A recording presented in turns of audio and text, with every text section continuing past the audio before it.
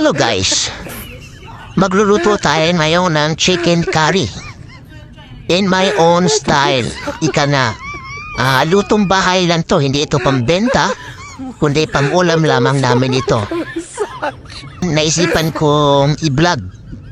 Ayan, so asilong sa nakikita nyo, hinahalo-halo ko na, hindi ko na pinapakita yung pag-isa ko ng bawang, sibuyas, at saka luya. Ayan, sa nakikita nyo, hinahalo ko na yung manok. Palambutin muna natin siya, kailangan muna natin lutuin. At ayan, nakikita na naman, tinakpan ko na siya at napaka-cute na pantakip ko. Ayan, so binuksan natin ulit. At paghalo-haluin lamang natin hanggang sa lumambot na yung karne. At para masarap naman siya, papasok naman siya sa mga laman-laman. Kaya dinagdagan ko para ito ng patis. Ayan, ang ginawa ko pantimpla nito guys ay patis lamang, hindi ako naglalagay ng asin. Kasi mas masarap kung patis ang gagamitin nyo pantimpla. Huwag kayong maglagay ng asin. So ayan, nakita nyo, nilagyan ko ng patis at hinalo-halo ko na naman siya ulit. Ayan, halo-halo lang. Ayan, para naman pumasok sa kalaman-lamang loob ng manok yung patis at tinakpan na naman natin uli na ang ating napaka-cute na pantakip. Parang lang parang takip lang ng ahinula. Ayan. So ayan, halo-haluin natin ulit para naman tumiksik yung mga lasa ng ating sabaw sa loob ng manok, sa kalaman-laman. Patutuyuin naman natin konti. So ayan, palambutin muna natin nang maluto na siya. At ayan, ilalagay ko na ang ating carrots at saka patatas. Stop it. Ayan, para Get some help. maluto na rin siya at lumambot na rin siya. Ayan. At nga pala guys, pag magluto tayo ng gulay, huwag natin latain kasi ang mangyayari nan parang kaning baboy. Ako kasi pag nagluluto ako ng gulay, half cook lang ginagawa ko. Kasi kung balata na yan, parang kaning baboy, parang pangit kainin, di ba? So ayan, naglagay na rin ako ng paminta. Paminta para dagdag panlasa.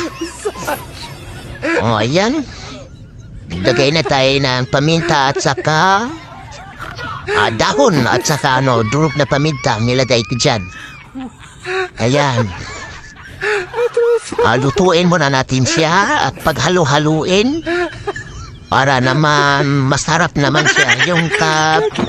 Yung sabaw naman ang papasok doon sa lamang loob ng manok. Lamang loob? Ano ba yun? Sa laman ng manok, papasok naman yung mga lasa niya sa loob ng laman ng manok. Ayan. So, ayan. At nagdagdag pala ako dito ng oyster sauce. Ayan.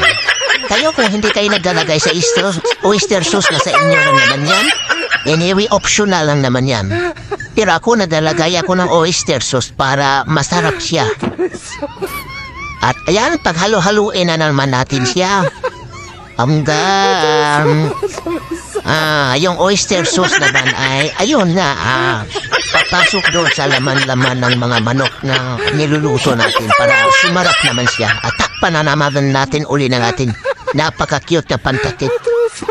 Ayan, medyo luto na siya. At ito na, nilagay ko na nga ating curry powder. Bali, nakita nyo, isa lang pero bali 2 pack ang nilagay ko dyan. Yung maliliit na pack, 2 pack na curry powder ang nilagay ko dyan. Ayan, medyo kulay dilaw na siya. Kulay dilaw na. At alam nyo ba guys kung saan galing o saan nagmula yung curry powder na yan? Sa pagkakalam ko ay galing po ng India. India po yata ang una nakadiscover na to, di ba? Correct me if I'm wrong.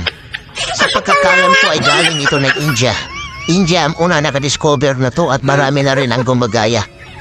Sa pagkakalam ko lang comment na lang, pakibakas na lang sa ilalim dyan kung saan ba nagmula. Kasi sa pagkakalam ko ay galing ito ng India.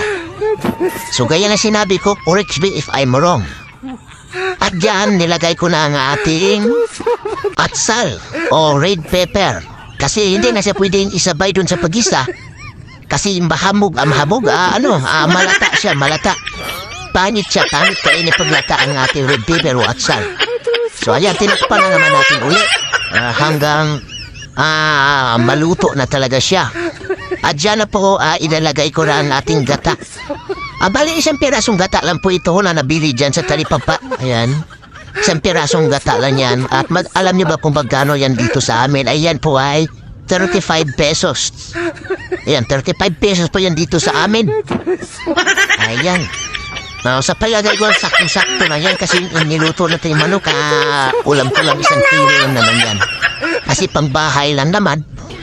So, ayan, sa nakikita nyo, ayan, isang lang yan, isang gata lang, isang niyog lang yan. Katumbas yan, okay na yan siya. Saktong-sakto na yan siya. At ayan, paghalo-haluin na natin siya at masarap naman siya. Ayan na po ang simpleng luto ko po guys ng chicken curry in my own style.